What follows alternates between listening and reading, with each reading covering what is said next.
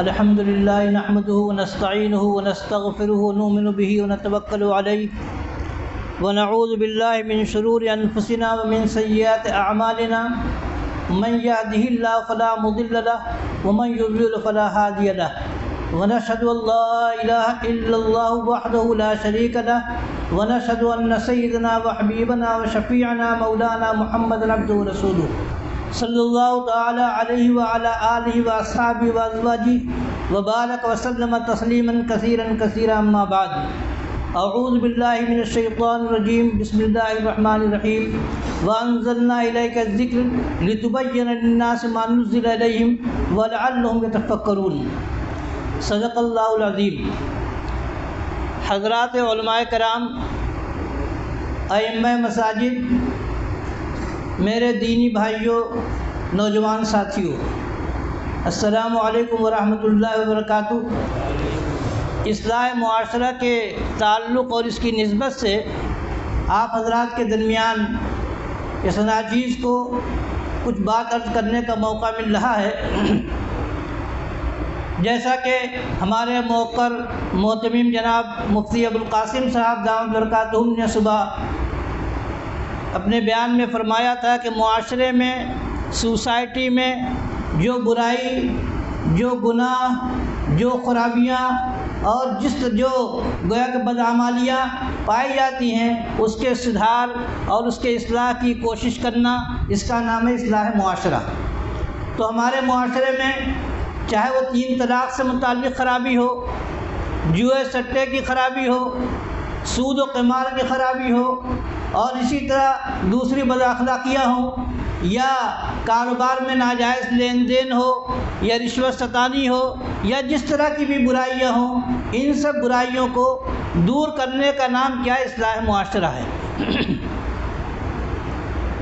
تو ان برائیوں کو دور کرنے کے لیے ضروری ہے کہ پہلے آدمی ان برائیوں کو بحیثیت برائی کے سمجھے کہ یہ برائی ہے، گناہ کو گناہ سمجھے، گناہ کے گناہ ہونے کا یقین ہو۔ آج ہمارا حال یہ ہے کہ ہم بہت سے اعمال کر رہے ہیں، وہ گناہ ہے، ناجائز ہے، برائی ہے، لیکن ہم کو اس کے برائی ہونے کا یقین نہیں ہے۔ تو کیسے اس مریض کو صحت حاصل ہوگی جو اپنے مرض کو مرض ہی نہیں سمجھ رہا ہے، وہ اپنے کو صحت مند سمجھ رہا ہے؟ تو اس لیے ان برائیوں کا جاننا، گناہوں کو سمجھنا یہ نہایت ضروری ہے۔ اور پھر اس کے ساتھ آپ یہ سمجھیے کہ اس کے یعنی ان برائیوں کے دور کرنے کا، ان کے اصلاح کرنے کا 2 بنیادی طریقہ ہے۔ ایک تو آدمی یعنی ہر مسلمان کے اندر دینداری پیدا ہو۔ جو کچھ کمی ہے وہ دین کی کمی ہے، دین کی واقفیت کی کمی، دین پر عمل کرنے کی کمی اور دین سے تعلق ہونے کی کمی۔ تو ایک تو دینداری اس کے اندر ہو۔ دوسری بات یہ کہ فکر آخرت کی سے ہم غافل ہیں، اور یہ غفلت ساری مرضوں کی جڑ ہے، سارے امراض کی کلید ہے۔ کیا غفلت کہ ہم کو دنیا میں ہم مگن ہیں اور دنیا کے کاموں میں ہم مشغول ہیں، اور یہ ہم کو فکر ہی نہیں ہے کہ اس کے بارے میں ہم کو کل آخرت میں جواب دینا ہوگا۔ لڑکیوں کو وراثت میں حصہ نہیں دیا جا رہا ہے، دوسروں کے زمین پر غصب کیا جا رہا ہے، یتیم کو مال کو کھایا جا رہا ہے، امانت کے اندر خیانت کی جا رہی ہے، جوئے سٹے کے ذریعے سے وہ دوسرے کے مال کو ہڑپ کیا جا رہا ہے، شراب نوشی کر کے طلاق دیا جا رہا ہے، اور پھر کہہ رہے ہیں کہ مجھ کو یاد نہیں، میں نے طلاق نہیں دی، بیوی کو اس طرح رکھے ہوئے ہیں۔ یہ چیزیں کہ 3 طلاق کے باوجود رکھے ہوئے ہیں لڑکی کو، بیوی کو، یہ اس کی وجہ کیا؟ آخرت کی فکر نہیں۔ لڑکی غیر مسلم کے ساتھ تعلق قائم کر رہی ہے، کورٹ میرج کر رہی ہے، مسلمان گھرانے کی لڑکی مسلم لڑکے کے ساتھ فرار اختیار کر رہی ہے، کورٹ میرج کر رہی ہے، اور عدالت میں جب اس سے پوچھا جاتا ہے کہ اس کے ماں باپ کیس دائر کرتے ہیں، تو وہ کھل کر کے مجسٹریٹ کے سامنے کہہ دیتی ہے میں اس اپنے پسندیدہ شوہر کے ساتھ جاؤں گی، میں والدین کے ساتھ نہیں جاؤں گی، میں اپنے والدین کو نہیں چوائس کرتی۔ یہ سب کیا ہے؟ یہ وہی آخرت کی فکر نہیں۔ اللہ کے سامنے کل اس کو جواب دینا ہے کہ یہ حرام کاری، یہ بدکاری، یہ بدعمالی یہ صرف دنیا ہی میں نہیں رہے گی بلکہ آخرت میں جواب دہ ہونا ہے۔ تو یہ سب چیزیں کیا ہے؟ یہ آخرت سے بے فکری اس کی وجہ ہے۔ اور اب اس کا علاج کیا ہے؟ اس کا علاج ہمارے اکابر رحمہ اللہ نے تجویز فرمایا، اور اکابر نے کیا، وہ قرآن خود اللہ تعالیٰ نے گویا کہ اس کا علاج بیان فرمایا، جیسے کہ میں نے آیت کریمہ آپ کے سامنے پڑھی۔ حق سبحانہ و تعالیٰ ارشاد فرماتے ہیں کہ ہم نے آپ کی طرف قرآن پاک کو نازل کیا تاکہ آپ لوگوں کے سامنے اس کو بیان کر کے پیش کریں، اور اس بیان کر کے پیش کرنے کی وجہ سے امید ہے کہ وہ اپنے معاملے میں غور کریں گے، فکر کریں گے، اپنی زندگی کو سنواریں گے، سدھاریں گے۔ استاد العلماء حضرت شیخ الہند مولانا محمود حسن صاحب دیوبندی رحمۃ اللہ علیہ مالٹا کی جیل میں قید تھے۔ جب 2.5 سال کی قید بامشقت کو برداشت کرنے کے بعد رہا ہوئے اور دیوبند تشریف لائے، تو ایک روز آپ دارالعلوم دیوبند تشریف لے گئے عشاء کے بعد، اچانک عشاء کے بعد یعنی ناوقت حضرت کے معمول کے خلاف تھا، اور تمام اساتذہ کو، موجود علماء کو بلایا اور اسی احاطہ مولسری میں سب کو جمع کر کے اور یہ فرمایا کہ ایک بات میں کہنے کے لیے اس وقت آیا ہوں۔ رات میں 9-10 بجے اپنے گھر سے تشریف لائے مولسری کے احاطے میں، تمام علماء کو، اساتذہ کو جمع کر کے کہا کہ میں ایک بات کہنے کے لیے آپ لوگوں کے سامنے آیا ہوں، اور جو مجھے 80 سال کی عمر میں مجھے سمجھ میں آئی ہے۔ تمام حضرات بڑے بڑے علماء اس میں تھے، اساتذہ تھے، علامہ انور شاہ کشمیری بھی ہیں، علامہ شبیر احمد عثمانی بھی ہیں، مفتی عزیز الرحمان بھی ہیں، اور مولانا حبیب الرحمان عثمانی بھی ہیں۔ یہ سب لوگ موجود ہیں۔ دیکھ رہے شیخ الہند کو 80 سال کی عمر میں کیا بات نہیں سمجھ میں آئی جو آج فرما رہے ہیں۔ فرمایا کہ مجھے ایسے مالٹا کی جیل میں یہ بات سمجھ میں آئی کہ مسلمانوں کی تباہی اور ان کی خرابی کی بنیاد کی اصل وجہ کیا ہے؟ ان کا باہمی اختلاف اور قرآن پاک سے بے تعلقی،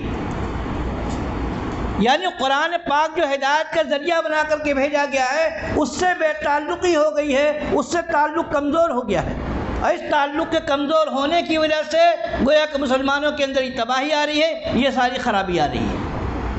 اور دوسری آپس کی نااتفاقی۔ اور پھر شیخ الہند رحمۃ اللہ علیہ نے اسی لیے قرآن پاک کا ترجمہ فرمایا، ترجمہ کیا، جس کی تفسیر علامہ شبیر احمد عثمانی نے حواشی کے اندر لکھا، اور وہ ترجمہ اسی لیے کیا تاکہ لوگ قرآن پاک سے تعلق جوڑیں اور قرآن پاک سے تعلق مضبوط ہو۔ ہمارے سامنے یعنی ہمارے محترم نے ہم کو یہ عنوان دیا تھا کہ ہم ائمہ اور علماء کے سامنے اس بات کو رکھیں کہ وہ قرآن پاک کے درس اور قرآن پاک کے تفسیر کے سلسلے کو رائج کریں اور اس کو عام کریں، اور دوسرے کے لوگوں کو اپنے ائمہ سے اور اپنے علماء سے مسائل پوچھنے کا شوق ہونا چاہیے اور مسائل پوچھنے کی فکر ہونا چاہیے۔ تو اس لیے میں نے شیخ الہند رحمۃ اللہ علیہ کا یہ واقعہ پیش کیا کہ انہوں نے فرمایا قرآن پاک سے بے تعلقی یہ مسلمانوں کی تباہی کا سبب ہے اور اس کا ذریعہ ہے۔ اور اس سے پہلے آپ دیکھیے حضرت امام الہند شاہ ولی اللہ صاحب محدث دہلوی رحمۃ اللہ علیہ اور ان کے پورے خانوادے نے قرآن پاک کے ترجمہ کرنے کے سلسلے میں جو پیش رفت کی ہے اور جو ابتدا کی ہے وہ اسی لیے تاکہ مسلم قوم کا قرآن پاک سے تعلق مضبوط ہو۔ صرف مسائل معلوم کر کے اس پر عمل کر لینا یہ کافی نہیں، بلکہ قرآن پاک میں حق سبحانہ و تعالیٰ جن الفاظ کے ذریعے سے لوگوں کو دعوت دے رہے ہیں، جو الفاظ اللہ تعالیٰ کے نے استعمال کیے ہیں، وہ الفاظ ان الفاظ پر آدمی غور کرے تو اس کے اندر اثر پیدا ہوگا، اثر پذیری ہوگی۔ حضرت شاہ ولی اللہ صاحب محدث دہلوی رحمۃ اللہ علیہ الفوز الکبیر کے اندر لکھتے ہیں قرآن پاک کے مضامین 5 قسم کے ہیں۔ ایک مضامین تو وہ جن کا تعلق احکام سے ہے، اور یہ احکام چاہے عبادات سے متعلق ہو، چاہے معاملات سے متعلق ہو، چاہے تدبیر منزل یعنی اخلاقیات معاشرتی مسائل سے متعلق ہو، اور چاہے یہ احکام چاہے سیاست سے متعلق ہو، ایک احکام سے متعلق ہے۔ اور دوسرے قرآن پاک میں مضمون بیان کیا گیا یہ احکام سے متعلق جو ہے اس کی ذمہ داری فقہاء نے لی ہے، اور فقہاء نے قرآن پاک اور احادیث سے مسائل کا استنباط استخراج کر کے اور اس کی ایک پوری کتابیں تصنیف کر دیا اور وہ مسائل بیان کرتے ہیں۔ یہ قرآن پاک سے مسائل کا نکالنا اور بیان کرنا۔ دوسرا موضوع شاہ صاحب نے بیان کیا قرآن پاک میں یہود و نصارہ، مشرقین اور منافقین سے مخاصمت و مناظرہ، یعنی قرآن پاک نے ان کے اعتراضات کا جواب دیا ہے، ان پر اتمام حجت کیا ہے، توحید رسالت کو ان کے سامنے ان کو ثابت کیا ہے۔ فرمایا کہ اس کی ذمہ داری کو متکلمین نے قبول کیا ہے، اور تیسرا علم جو قرآن پاک میں بیان کیا گیا ہے وہ اللہ تعالیٰ کے انعامات ہیں، العلاء اللہ، یعنی اللہ تعالیٰ کی جو نعمتیں ہیں، مثلا کہ اللہ نے آسمان کو پیدا کیا، زمین پیدا کیا، چاند و سورج پیدا کیے، طرح طرح کے میوے پھل فروٹ پیدا کیے، اور خود انسان کو کیسی کیسی اندرونی صلاحیتیں عطا فرمائی، یہ کیا اللہ تعالیٰ کی نعمتیں ہیں۔ اور اسی طرح اللہ تعالیٰ کے نے قرآن پاک میں بہت سے واقعات بیان کیے ہیں، مثلا جو نیکوکار ہیں، اچھے اعمال کرنے والے ہیں، ان پر اللہ تعالیٰ انعامات نازل کیے، دنیا میں ان کی زندگی کو اچھا بنایا اور آخرت میں بہتر بدلہ دینے کا وعدہ کیا، اور اسی طریقے پر جو لوگ بدکار ہیں، بد عمل ہیں، ان پر اللہ تعالیٰ نے اسی دنیا میں گویا کہ عذاب نازل فرمایا۔ تو ایام اللہ یعنی اللہ تعالیٰ نے جو واقعات رونما کیے روئے زمین میں، نیکوکاروں کے ساتھ اچھے معاملات اور بدکاروں کے ساتھ برے معاملات، اس کا ذکر قرآن پاک میں کیا گیا ہے۔ اور اسی طرح پانچویں چیز جس کا ذکر قرآن پاک میں کیا گیا ہے، موت اور ما بعد الموت، موت اس کے بعد کی چیزوں کا، کہ مثلا جنت و جہنم کا ذکر، میدان محشر کا ذکر، آخرت کی فکر، تو فرمایا کہ یہ تینوں چیزیں یعنی اللہ تعالیٰ کی نعمتوں سے متعلق، اللہ تعالیٰ کے نے جو انعامات فرمائے ہیں، اور اسی طرح آخرت کے جو علوم ہیں، جنت و جہنم کا تذکرہ، یہ ساری چیزیں مذکرین و واعظین کے حصے میں آئی ہیں، کہ واعظین اور مذکرین کے ذمہ ہے کہ لوگوں کے سامنے تذکیر بالآخرت کریں، تذکیر بالقرآن کریں، کہ دیکھیے قرآن پاک میں اللہ تعالیٰ نے کس طریقے پر جنت کی نعمتوں کا ذکر فرمایا ہے۔ جب آپ اچھے اعمال کریں گے جنت کی یہ نعمتیں ملیں گی، وہاں کے حوروں کا ذکر ہے، وہاں کے آب خوروں کا ذکر ہے، وہاں کے مسند و گدوں کا ذکر ہے، وہاں کے پھلوں کا ذکر ہے، وہاں کے طرح طرح کی نعمتوں کا ذکر ہے۔ یہ نعمتوں کا ذکر کر کے جنت کی طرف لوگوں کو راغب کیا جائے، اور جہنم کی عذاب کا ذکر کر کے وہ جہنم سے لوگوں کو، بدعمالیت سے لوگوں کو پھیرا جائے۔ تو یہ مذکرین کا یہ حصہ ہے کہ مذکرین و واعظین اس طریقے پر قرآن پاک کے ذریعے سے لوگوں کو دعوت دیں۔ تو محترم حضرات، اس وقت ضرورت اس بات کی ہے کہ قرآن پاک کے ذریعے کے ساتھ لوگوں کا تعلق مضبوط کیا جائے، تاکہ قرآن پاک کے ذریعے سے کے ساتھ لوگ جب تعلق ان کا مضبوط ہوگا تو قرآن پاک کے ذریعے سے گویا کہ وہ ایک طرح سے قرآن پاک کے ذریعے سے وہ نصیحت حاصل کریں گے، اور اللہ تعالیٰ کے الفاظ کے اندر تاثیر ہوتی ہے، اللہ تعالیٰ کے الفاظ کے اندر جو قوت ہوتی ہے، جو عظمت و شوقت ہوتی ہے، وہ دوسرے کسی الفاظ میں نہیں ہو سکتی۔ اس لیے مسجد درس قرآن کا سلسلہ ہونا چاہیے۔ ہر مسجد میں ائمہ کرام درس قرآن کا سلسلہ کریں، تفسیر قرآن کا سلسلہ کریں، اور اس کے لیے ضروری ہے کہ جن مفسرین کی تفسیر کو استعمال کریں، جن مفسرین کی تفسیر کو بیان کریں، ان سے استفادہ کریں، وہ ان کے بارے میں دیکھ لیا جائے، وہ بدعقیدہ نہ ہو اور بد عمل نہ ہو، ان کا عقیدہ بھی صحیح ہو، ان کے اعمال بھی صحیح ہو۔ ایسے مفسرین کی تفسیر چاہے خود پڑھ کر کے بطور تقریر کے آیت کی تشریح کر دی جائے، اور یا تفسیر کو سنا دیا جائے، لیکن بہرحال ایک تفسیر کے ایک سلسلہ گویا مسجدوں کے اندر قائم ہونا چاہیے، تاکہ لوگوں کا تعلق گویا اس کے ساتھ قرآن پاک کے ساتھ مضبوط ہو۔ یہ نہایت ضروری چیز ہے۔ اور دوسری بات جو میں آپ کے سامنے عرض کرنا چاہتا ہوں وہ یہ کہ اللہ تعالیٰ نے فرمایا فَاسْأَلُوا أَهْلَ الذِّكْرِ إِن كُنتُمْ لَا تَعْلَمُونَ، کہ اگر تم کو کوئی بات معلوم نہیں ہے تو اہل علم سے معلوم کرو۔ آج محترم حضرات ہم کو شرم آتی ہے اور ہم کو حجاب ہوتا ہے، ہم کو رکاوٹ پیدا ہوتی ہے دین کی کوئی بات کسی سے معلوم کرنے کے سلسلے میں، جبکہ فقہاء نے بات لکھی ہے کہ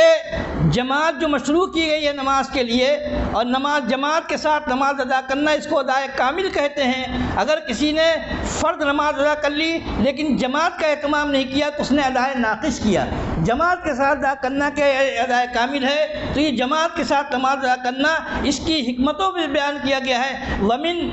حِکَمِهَا قِيَامُ نِظَامُ الْأُلْفَةِ وَتَعْلِيمُ الْجَاهِلِ مِنَ الْعَالِمِ، کہ جماعت کی حکمتوں میں سے ایک بڑی حکمت یہ ہے کہ تاکہ آپس میں مسلمانوں میں محبت قائم ہو، اور مسلمانوں کے درمیان آپس میں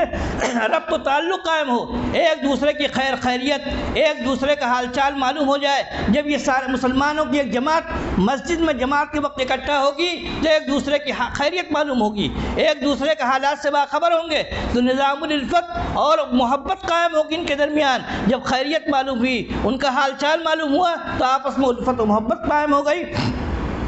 اور یہ فرمایا کہ دوسری حکمت اس میں یہ ہے کہ تعلم الجاہل من العالم، کہ جب ایک مجمع جمع ہوگا مسجد کے اندر تو جو لوگ ناواقف ہیں، مسائل سے ناواقف ہیں، وہ عالم سے مسئلے کو سیکھ لیں گے، چاہے اس کے طریقے کو دیکھ کر کے۔ مثلا جو عالم نماز پڑھ رہا ہے، دوسرا جاہل آدمی صرف اس کی نماز ہی کو دیکھتا رہے کہ اس نے قیام کس طرح کیا، اس نے رکوع کس طرح کیا، اس نے سجدہ کس طرح کیا، تو اس کو دیکھ کر کے وہ نماز سیکھ لے گا، نماز سیکھ لے گا، اور اگر ضرورت ہوئی تو اس سے مسئلہ معلوم کر لے۔ تو یہ جماعت کا جو نظام قائم کیا گیا ہے، اس کی بڑی حکمت یہ ہے تاکہ ناواقف لوگ اس سے مسائل کو سیکھ لیں۔ اور پھر یہ مسائل کے سیکھنے کے لیے ہمارے اسلام کے اندر ایک بہت بڑا سلسلہ سوال کرنے کا ہے۔ چنانچہ صحابہ کرام کی جماعت نے نبی کریم علیہ السلام سے بے شمار سوالات کیے، یعنی رسول اللہ صلی اللہ علیہ وسلم بہت سی باتیں خود اپنی طرف سے بطور افادے کے بیان کرتے تھے صحابہ کرام کے سامنے، اور بہت سی باتیں ایسی ہوتی تھی جن کے بارے میں صحابہ کرام سوال کیا کرتے تھے، اور ان سوالات کی اتنی اہمیت تھی کہ حق سبحانہ تعالیٰ نے صحابہ کرام کے سوالات کو قرآن پاک میں ذکر کیا گیا۔ یسألونک عن الخمر والمیسر قل فیہما اسم کبیر ومنافع للناس، لوگ آپ سے سوال کرتے ہیں، یعنی کہ صحابہ کرام نے رسول اللہ صلی اللہ علیہ وسلم سے سوال کیا اور اللہ تعالیٰ نے ان کی طرف سے جواب دیا۔ یسألونک عن المحیض، لوگ آپ سے حیض کے بارے میں سوال کرتے ہیں۔ یسألونک عن الأہلہ، لوگ آپ سے چاند کے بارے میں سوال کرتے ہیں۔ تو یہ صحابہ کرام کے سوالات تھے جن کا قرآن پاک میں ذکر کیا گیا، اور اللہ تعالیٰ نے ان چیزوں کا اپنی طرف سے جواب دیا۔ اور اس جواب دینے کو ایک تو سوال کا جواب ہے، دوسرے جواب دینے کو اللہ تعالیٰ فتوے کے لفظ سے تعبیر فرمائے، قل اللہ یفتیکم فی الکلالہ، آپ فرما دیجئے کہ اللہ تعالیٰ کلالہ کے سلسلے میں تم کو ایک فتویٰ دیتا ہے، فلاں مسئلے میں تم کو فتویٰ دیتا ہے۔ تقریباً 17 چیزیں 17 سوالات ہیں جن کا تذکرہ قرآن پاک میں اللہ تعالیٰ نے ذکر فرمایا ہے کہ وہ صحابہ کرام نے کیا۔ تو معلوم یہ ہوا کہ اسلام کے اندر ایک بڑا فائدہ حاصل کرنے کا ایک بڑا مضبوط سلسلہ کیا ہے؟ سوال و جواب کا سلسلہ۔ اور یہ سوال و جواب کا سلسلہ جو قرآن پاک سے چلتا ہے، وہ آج بھی ہمارے درمیان قائم ہونا چاہیے کہ ہم اپنے ائمہ سے، اپنے علماء سے باتوں کو پوچھیں، ان سے معلوم کریں، ان سے سوال کریں۔ اور یہ گویا کہ اس کا موقع ملنا چاہیے۔ اگر مسجد میں کوئی کتاب امام صاحب سنا رہے ہیں، درس قرآن ہو رہا ہے، تو اس کے بعد لوگوں کو اس بات کا موقع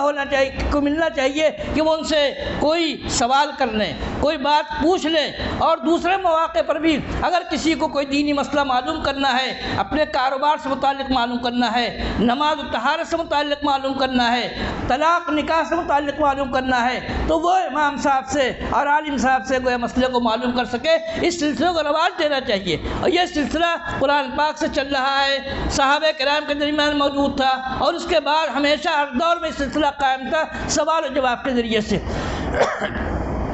نبی کریم علیہ السلام نے سوال کی اہمیت کو بیان کرتے ہوئے فرمایا کہ انما شفاء العی السوال، یعنی جو شخص ناواقف ہے اور وہ جانتا نہیں ہے، اس کو ایک بیماری لگی، یعنی جہالت کی بیماری اس کے اندر ہے، وہ ناواقف ہے، وہ جاہل ہے۔ اس جہالت کی بیماری کا علاج کیا ہے؟ العی، یعنی سوال، یعنی اس کا علاج کیا ہے کہ سوال کرنا، کہ تم سوال کر لو تو تمہاری جہالت کی بیماری دور ہو جائے گی، تم کو اس کا جواب مل جائے گا۔ اور اسی طرح ایک حدیث میں نبی کریم علیہ السلام نے فرمایا کہ السوال نصف العلم، کہ سوال جو آدھا علم ہوتا ہے۔ جب کسی کے دل میں کوئی بات آئی کہ ہم کوئی بات معلوم کرنا چاہیے، تو گویا کہ آدھی بات اس کے دل میں آ گئی۔ اب جب اس نے کسی عالم سے، کسی مفتی سے اس کو پوچھا اور معلوم کیا، تو گویا اس کا جواب اس کو مل گیا، تو آدھی بات اس کی طرف، سوال اس کی طرف سے آیا، جواب ادھر سے آ گیا۔ تو اس لیے محترم حضرات، یہ میں عرض کر رہا کہ یہ دونوں سلسلے مساجد کے اندر گویا قائم ہونے چاہیے، درس قرآن کا سلسلہ بھی قائم ہونا چاہیے، اور اسی طریقے پر سوال و جواب کا سلسلہ بھی قائم ہونا چاہیے۔ یہ صحابہ کرام کے زمانے سے گویا چل رہا ہے، اور ہر دور میں سلسلہ قائم رہا ہے، ہم کو بھی اس سلسلے کو قائم کرنا چاہیے۔ ائمہ مساجد کے ذمے گویا جیسے کہ ہمارے حضرت مولانا مزمل صاحب دامت برکاتہم نے فرمایا، یہ اصلاح معاشرہ کا کوئی جلسہ آج کا جلسہ ہو کر کے یہیں پر ختم نہیں ہو رہا ہے، بلکہ اس سلسلے کو ہم کو قائم کرنا ہے، تو ہم کو درس قرآن کا سلسلہ مسجد وار قائم کرنا چاہیے، مسجد وار درس قرآن کا سلسلہ قائم کرنا چاہیے۔ اس طرح مسئلے مسائل کے سیکھنے اور سکھلانے کا سلسلہ قائم ہونا چاہیے۔ اب درس قرآن کے سلسلے میں تین صورتیں تفسیر کی ہوتی ہیں۔ جیسا کہ علماء نے لکھا ہے کہ کسی قرآن پاک کی تفسیر بیان کرنے کے لیے 14 علوم کی ضرورت ہے، یعنی اگر کوئی شخص ابتداءً قرآن پاک کی تفسیر کرنا چاہتا ہے تو اس کو بڑے مہارت کی ضرورت ہے، یعنی عربی علوم سے متعلق صرف اور نحو، بلاغت، معانی، لغت، اور اس کے ساتھ ساتھ شان نزول آیت کریمہ کا، ناسخ و منسوخ اور تمام احادیث کا علم، اتنے علوم کے 14 علوم کے اندر مہارت ہوگی تب وہ گویا کہ تفسیر کر سکتا ہے براہ راست۔ لیکن اکثر لوگ جو اس وقت ہے وہ گویا کہ جو رسول اللہ صلی اللہ علیہ وسلم سے جو حدیثوں کے اندر جو تفسیر منقول ہے اسی کو اس کو سامنے رکھ کر کے تفسیر بیان کرتے ہیں اور تفسیر گویا کہ نقل کرتے ہیں، تو اس میں کوئی حرج نہیں ہے، وہ رسول اللہ صلی اللہ علیہ وسلم جو تفسیر منقول ہے اس تفسیر کو وہ نقل کر دیتے ہیں۔ دوسری صورت یہ کسی مستند تفسیر کو آدمی اس کا مطالعہ کرے، مثلا تفسیر ابن کثیر ہے، تفسیر مظہری ہے، تفسیر المعانی ہے، تفسیر بیان القرآن ہے، اسی طرح کے معتبر تفسیروں کا مطالعہ کرے اور مطالعہ کر کے پھر قرآن پاک اس آیت کے اوپر اپنی ایک تقریر کرے اور اس کی تشریح لوگوں کے سامنے بیان کرے، یہ بھی طریقہ ٹھیک ہے، بشرطے کہ وہ بیان کرنے والا ان چیزوں کو سمجھنے والا ہو اور سمجھ کر کے اچھی طرح اس کو اخذ کر لے اور اخذ کر کے بیان کر دے۔ تیسرا طریقہ جو آسان بھی ہے، عام فہم بھی ہے، وہ یہ کوئی مستند تفسیر سامنے رکھ کر کے اس کو پڑھ کر سنا دیا جائے، یا کچھ حصہ زبانی بیان کر دیا جائے، کچھ حصہ اس میں سے پڑھ کر سنا دیا جائے۔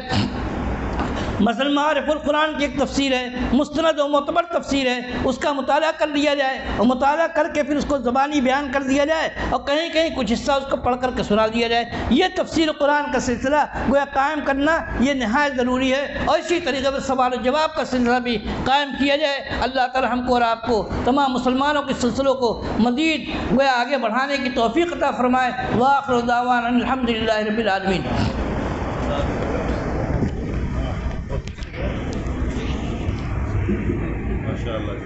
بھائی